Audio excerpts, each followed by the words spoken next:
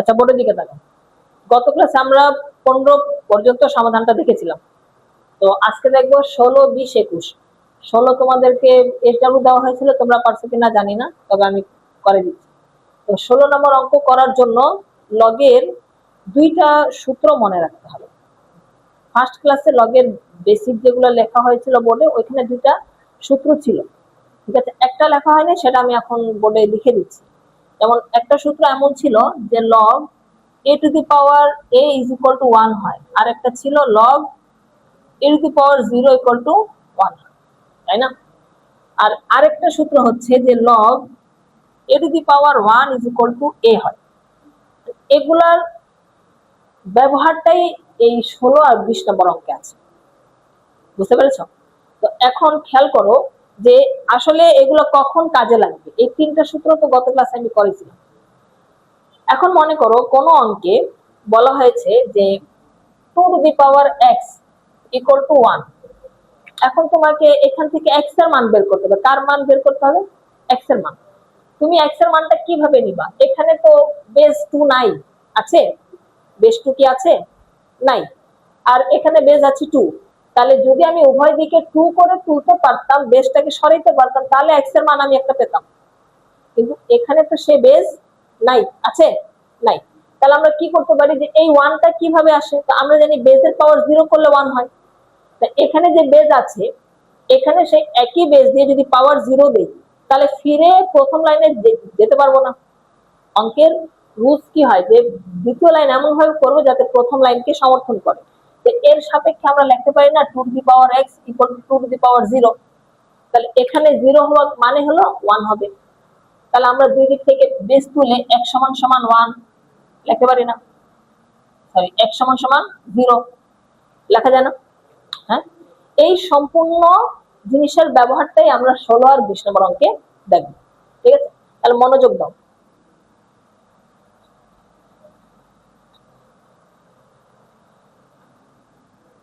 ষোলো নম্বর অঙ্ক দেখো, বলা আছে যদি a পাওয়ার x সমান সমান b, b পাওয়ার y সমান সমান c, c পাওয়ার z সমান সমান a হয়, তবে দেখাও যে x y z সমান সমান 1 হবে। তো আগে যেটা লিখবো যে 16 নম্বর দেওয়া আছে,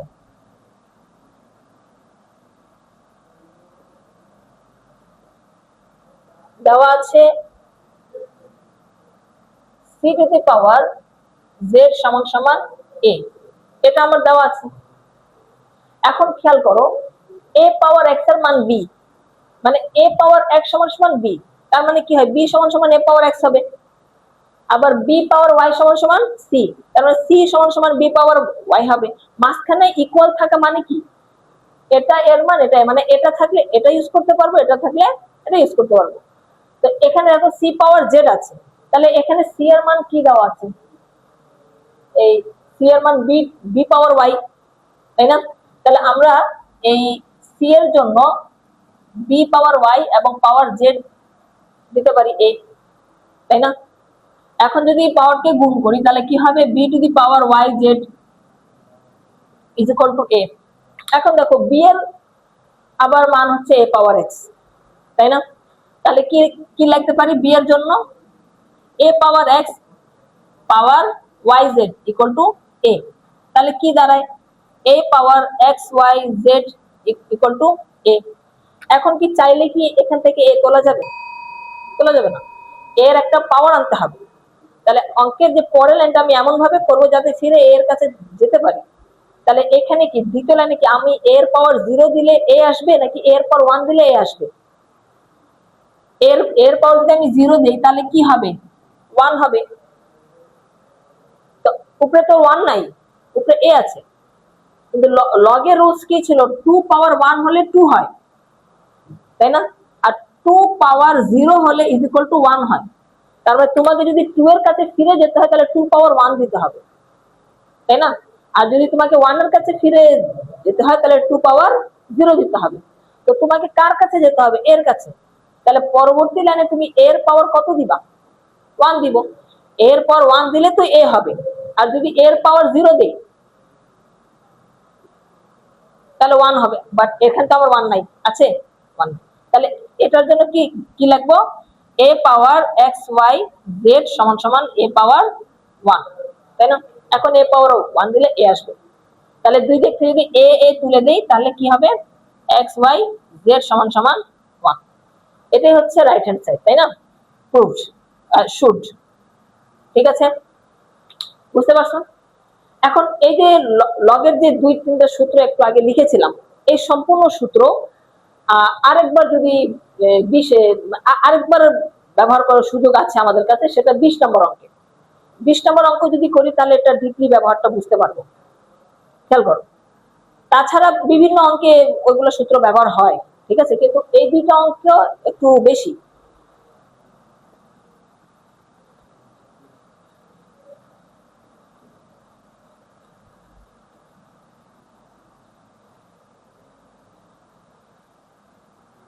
আচ্ছা, 20 নম্বর অঙ্ক খেয়াল করো। 2 power x plus 2 power 1 2 power 1 minus x x equal to 3। এখন দেখো, তাহলে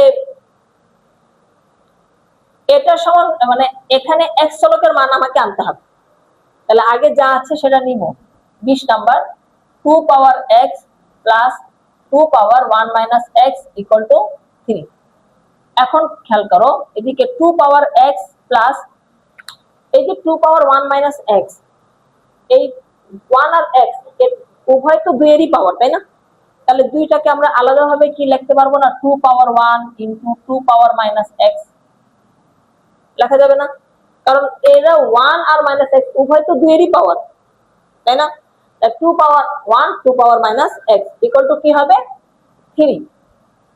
এখন খেয়াল করো, 2 পাওয়ার এক্স প্লাস 2 কে 1 পাওয়ার দিলে কি হবে, 2 ইনটু আর 2 পাওয়ার মাইনাস এক্স, তাহলে কি হবে, বিয়োগ আছে, কি হবে, ভাগ হবে। তাহলে লেখা যাবে 1 divide by 2 power X equal to 3। এবার যদি 2 পাওয়ার এক্স প্লাস এই 2 কে 1 দিয়ে গুণ করে দাও তাহলে কি হবে, 2 divide by 2 power X equal to 3। এখন দেখো, এই সমীকরণকে একটু ছোট করে কাজ করার জন্য এখানে 2 পাওয়ার এক্স আছে, এখানে 2 পাওয়ার এক্স আছে, এই দুইটাকে আমরা একটা চলক ধরে নিব, এ অথবা বি ধরে নিতে পারি। লিখবো, ধরি 2 পাওয়ার এক্স ইকুয়াল টু এ। তাহলে প্রদত্ত রাশি কি হবে, প্রদত্ত রাশি মানে 2 পাওয়ার এক্স কে এ ধরেছি, তাহলে এখানে যেখানে যেখানে 2 পাওয়ার এক্স আছে সেখানে সেখানে কি বসাবো, এ বসাবো। তাহলে এটার জন্য a plus 2 divided by a equal to. এখন এদিকে লসাগু করো, 1 এই এর নিচে মনে মনে 1 ধরি, তাহলে এর হর 1 হবে, এর হর এ হবে, তাহলে 1 আর এর লসাগু কি হবে, এ হবে। এর নিচে মনে মনে 1 ধরবো, 1 ধরে 1 কে যদি এ দিয়ে ভাগ করি তাহলে কি হবে, এ হবে। এ কে লব এ দিয়ে গুণ করলে কি হবে, এ স্কয়ার। আবার এর হর হচ্ছে এ, এ দিয়ে এ কে ভাগ করলে কাটা যাবে, বাঁচবে 1, 1 কে 2 দ্বারা গুণ করলে হবে 2 ইজ ইকুয়াল টু 3। এরপরে এ স্কয়ার প্লাস 2, এ কে 3 দ্বারা গুণ করো তাহলে কি হবে, 3a। এখন এ স্কয়ার প্লাস 3a এদিকে আসা মাইনাস 3 আর হচ্ছে প্লাস 2 ইকুয়াল টু 0। এখন দেখো মিডল টার্ম হয় না, তাহলে মিডল টার্মের রুটস কি, মিডল টার্মের রুটস হলো দুইটা এমন সংখ্যা আসে যাদের গুণফল শেষের সংখ্যা হয় এবং যোগফল বা বিয়োগফল মাঝের সংখ্যা হয়, তাই না? তো এটা খুব সিম্পল একটা মিডল টার্ম এখানে দেওয়া আছে। তো যখন আমরা 3.3 করব বা 3.4 করব সেখানে মিডল টার্ম সম্পর্কে ডিটেইলস আলোচনা করব। এখানে ছোট একটা 3 আর 2 আছে, এমন দুটো সংখ্যা আনতে হবে যাদের গুণফল শেষের সংখ্যা হবে এবং যোগ অথবা বিয়োগফল হবে মাঝের সংখ্যা। তাহলে 2 আর 1 কে আমরা নিতে পারি, 2 আর 1 কে গুণ করলে হবে 2 আর 2 আর 1 যোগ করলে হবে 3, আমরা যোগফল লাগবে। এখন খেয়াল করো, তাহলে কি লেখা যায় এখানে, a square minus 2a minus a equal to 2। দেখো 2 1 কে 2, 2 আর 1 যোগ করলে 3 ইকুয়াল টু 0, তাই না? তো ভালো করে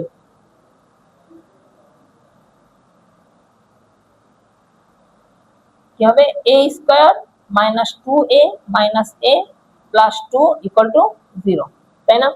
দেখো 2 1 কে 2, 2 আর 1 যোগ করলে 3। এখন মিডল টার্মের সময় কমন নিতে হয়, যেমন দেখো এই দুইটা রাশি থেকে কি কমন নিব, যেটা উভয়ের ভিতরে আছে এবং ছোট, তাহলে এ কমন নিব। এখন এ কে এ স্কয়ার দিয়ে ভাগ করলে একটা এ, মাইনাস আবার এ এ ভাগ করলে কাটা বাঁচবে 2, আবার এই দুইটা রাশি থেকে কোনো কিছু কমন যাচ্ছে না, যার কোনো কিছু কমন যাবে না তার থেকে কমন কি নিব, এক কমন নিব। তাহলে এক যদি কমন নেই তাহলে 1 কে দিয়ে ভাগ করলে a মাইনাস প্লাস মাইনাস 1 দিয়ে 2 কে ভাগ করলে 2 ইকুয়াল টু 0। তাহলে a মাইনাস 2 এবার দুইটা থেকে একটা নাও কমন, a মাইনাস 2 দুইটা থেকে একটা কমন নাও, আর হবে a মাইনাস 1 থাকবে। তাহলে a মাইনাস 1 ইকুয়াল টু 0। এখন দেখো কি বুঝায়, এটার মানও 0 এটার মানও 0, তাই না, উভয়টার মানই 0। তাহলে কি লেখা যায় না যে তোমার সুতরাং হয় a minus 2 equal to 0, a minus 2 equal to 0। তাহলে সুতরাং a সমান সমান মাইনাস 2 দিকে প্লাস 2, আবার অথবা a মাইনাস 1 ইকুয়াল টু 0। তাহলে সুতরাং a সমান সমান মাইনাস 1 ওদিকে গিয়ে প্লাস 1, তাই না। এখন এ তো আমাদের অঙ্কে ছিল না, এ আমাদের কি ধরা রাশি, তো ধরা রাশি রেখে দিতে হয় না, ধরা রাশির মান ফেরত দিয়ে দিতে হয়। তাহলে লিখবো এর মান বসিয়ে পাই, এর মান বসিয়ে পাই, এর মান বসিয়ে পাই। তাহলে ফার্স্টে কি আছে, এ সমান সমান 2, তাহলে এ ধরেছিলাম কাকে, 2 টু দি পাওয়ার x কে, তাহলে 2 পাওয়ার x ইকুয়াল টু 2। এখন দেখো x এর মান যদি বের করতে হয় তাহলে পরবর্তী লাইনে 2 এর পাওয়ার 1 দিব না নাকি 0 দিব, 1 দিব, কারণ 1 দিলে 2 আসবে। তাহলে কি লেখা যায়, 2 পাওয়ার x ইকুয়াল টু 2 পাওয়ার 1। তাহলে সুতরাং x সমান সমান কি দাঁড়ায় 1, তাই না। আবার আবার এরপরে এইটা a সমান সমান 1, তাহলে a কাকে ধরেছিলাম 2 পাওয়ার x ইকুয়াল টু 1।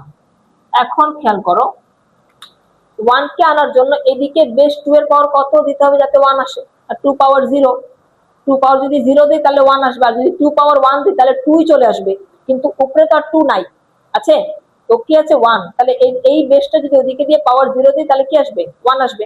তাহলে কি লেখা যায় যে 2 পাওয়ার x ইজ ইকুয়াল টু 2 পাওয়ার 0।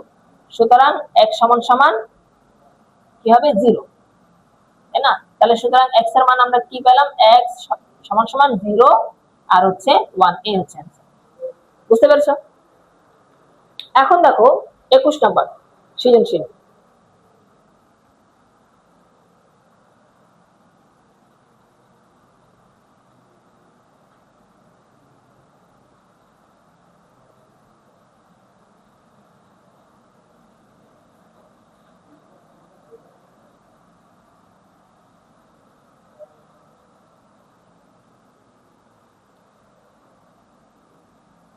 21 নম্বর অঙ্কে খেয়াল করো, বলা হয়েছে পি এর মান, কিউ এর মান, আর এর মান দেওয়া আছে, তাই না। আমাকে P by Q power A plus B, Q by R power B plus C divide by 2 into R P power A minus C এর মানটা বের করতে হবে। তো এখানে তো অলরেডি মান দেওয়াই আছে, এটার মান এটা, এটার মান এটা, তাই না। এখন এই মানগুলো আমাকে বের করতে হবে। মানগুলো বের করার জন্য আগে দেখো এই অঙ্ক করার জন্য কার কার মান লাগবে, পি এর মান লাগবে, কিউ এর মান লাগবে, আর এর মান লাগবে। তো আমরা অঙ্ক শুরু করার আগে ক নম্বর দিয়ে লাগবো, দেওয়া আছে পি সমান সমান এত, কিউ সমান সমান এত, আর সমান সমান এত, তারপরে কোশ্চেন তুলে সমাধান করবো। তো আমি ডাইরেক্টলি এখানে সমাধান করছি, তোমরা খাতায় কোশ্চেন তুলেই করার চেষ্টা করবা, ঠিক আছে। যেমন ধরো ক নম্বর 21 এর ক কি আছে, পি বাই কিউ, তাহলে পি এর মান কত আছে এক্স পাওয়ার এ, তাই না, এক্স পাওয়ার এ, আর কিউ এর মান হচ্ছে কি এক্স পাওয়ার বি, আর প্রথম রাশির ক্ষেত্রে পাওয়ার হচ্ছে a প্লাস বি, তাই না। দেখো পি এর মান দিলাম এক্স পাওয়ার এ, কিউ এর মান X power B power a plus B, ঠিক আছে। সেম ভাবে তার পাশেরটা দিল পাওয়ার, কিউ এর মান কি আছে এক্স পাওয়ার বি, আর এর মান হচ্ছে এক্স পাওয়ার সি, আর পাওয়ার হচ্ছে বি প্লাস সি, আর ডিভাইডেড বাই 2 ইন্টু আর এর মান কি আছে এক্স পাওয়ার সি, আর হচ্ছে পি এর মান এক্স পাওয়ার এ, আর উপরে বাইরে এ মাইনাস সি পাওয়ার, তাই না। এখন খেয়াল করো এই দুইটা এক্স থেকে একটা এক্স কমন, এরা ভাগ আছে পাওয়ার বিয়োগ, আর বাইরে যে পাওয়ার আছে সেটা বাইরে থাকবে।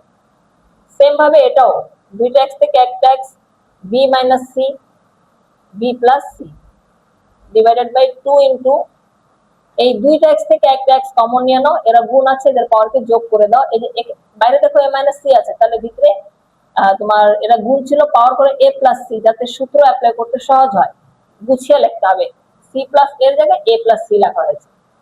এখন দেখো ভিতরের পাওয়ারটাকে বাইরে নিয়ে নাও, তাহলে x power A minus b into a plus b, আবার into x to the power b minus c into b plus c, আবার divided by 2x to the power a plus c a minus C.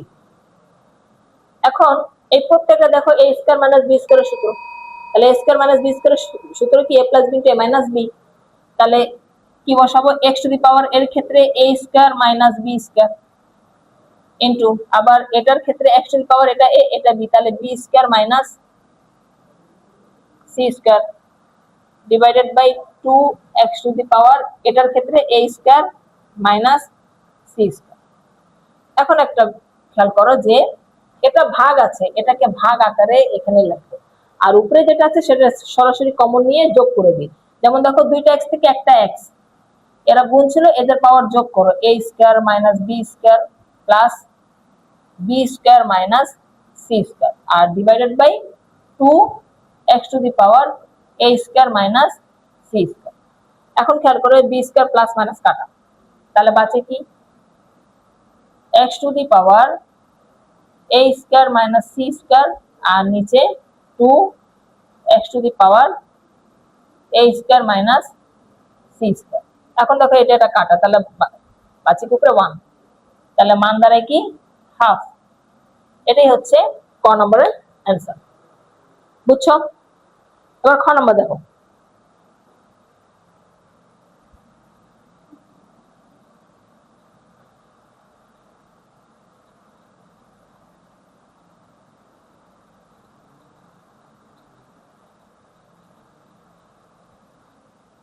খ নম্বরে দেখো বলা হয়েছে যে এটা সমান সমান এই রাশি সমান সমান কি হবে 1, তো এগুলোর মান তো দেওয়াই আছে, তো পূর্বের ন্যায় আগে মানগুলো বসাই নিব। যেমন পি এর মান হচ্ছে এক্স পাওয়ার এ, আর হচ্ছে কিউ এর মান এক্স পাওয়ার বি, আর এদিকে কি পাওয়ার আছে a square plus ab plus B square, a square plus ab plus B square into আবার কিউ এর মান হচ্ছে এক্স পাওয়ার বি, আর নিচে আর এর মান হচ্ছে এক্স পাওয়ার সি। তোমরা কোশ্চেন নামে নিবা, অবশ্যই এই লাইনের উপরে তোমরা খ নম্বর কোশ্চেনটা লিখলে এই মানগুলা বসালে বুঝতে পারবা। আবার বি এর মান যা বি এর উপরে যে পাওয়ার আছে সেটা বি স্কয়ার প্লাস বিসি, আর হচ্ছে প্লাস সি স্কয়ার, তারপরে ইনটু আবার আর এর মান, আর মান হচ্ছে x to the power c, x to the power c, আর নিচে পি এর হচ্ছে এক্স পাওয়ার এ, এক্স পাওয়ার এ, আর এটা পাওয়ার হচ্ছে বাইরে সি স্কয়ার প্লাস সি এ প্লাস এ স্কয়ার। ঠিক আছে? এখন দেখো ওই যে আগের মতো দুইটা এক্স থেকে একটা এক্স এ মাইনাস বি, আর বাইরের পাওয়ার যা ছিল তাই A square plus A B plus B square. একইভাবে দুইটা এক্স থেকে একটা X B minus C B square plus BC plus C square. Same ভাবে এদিকেও দুইটা এক্স থেকে একটা এক্স সি মাইনাস এ আর C square plus C A C square plus C A plus A square. ঠিক আছে? এখন ভিতরে যতগুলো পাওয়ার আছে এগুলাকে বাইরে দিয়ে দিই, x to the power a minus b into a square plus A B plus B square into x to the power b minus c into b square plus BC plus C square, আবার into x to the power c minus a into c square plus C A plus A square. এবার খেয়াল করো, এই সবগুলো কিন্তু একটা সূত্র, b minus c, c minus a minus B, A square plus b plus B square, এটা একটা সূত্র। আবার b minus c into b square plus b plus C square, এটা একটা সূত্র। সেম ভাবে এটা একটা সূত্র। তো এগুলোর সূত্র হচ্ছে কি এ কিউব মাইনাস বি কিউবের সূত্র। ঠিক আছে, এ কিউব মাইনাস বি কিউব সমান সমান কি হয়, এ minus b into a square plus A plus B square. এটা এই সূত্রের ডিটেলস আলোচনা 3.1 দিয়ে আছে। অষ্টম শ্রেণীতে এই সূত্রের উপরে এই সূত্রের অঙ্ক তোমরা করেছো, তাই না? এখন খেয়াল করো, 3x থেকে একটা x, সরি ডাইরেক্ট করে দিই, বিকজ যেহেতু বুঝতে পেরেছো, তাই না? তো লাইন বড় না করে x পাওয়ার, আচ্ছা ভেঙে দিই, a cube minus B cube into X power B cube minus C cube into X power C cube minus A cube. এখন 3x থেকে একটা x কমন নিয়ে নাও, পাওয়ার গুলো যোগ করো, a cube minus B cube plus B cube minus C cube plus C cube minus A cube. এখন কাটাকাটি করো, দেখো a কিউব মাইনাস প্লাস কাটা, B cube plus minus, C cube plus minus, তাহলে থাকে কি x পাওয়ার 0। এটাই হচ্ছে রাইট হ্যান্ড সাইড। দেখাতে বলছে শুধু লিখে দিবে, বুঝছো? ক্লিয়ার বিষয়টা? এখন এই অধ্যায়ে আমাদের একটাই মাত্র সৃজনশীল বাকি আছে, সেটা আমরা সামনের পর্বে এটা সমাধান দিয়ে দিব। ঠিক আছে, আর তোমরা যতটুকু পারো করে নিয়ে আসার চেষ্টা করবে। ঠিক আছে।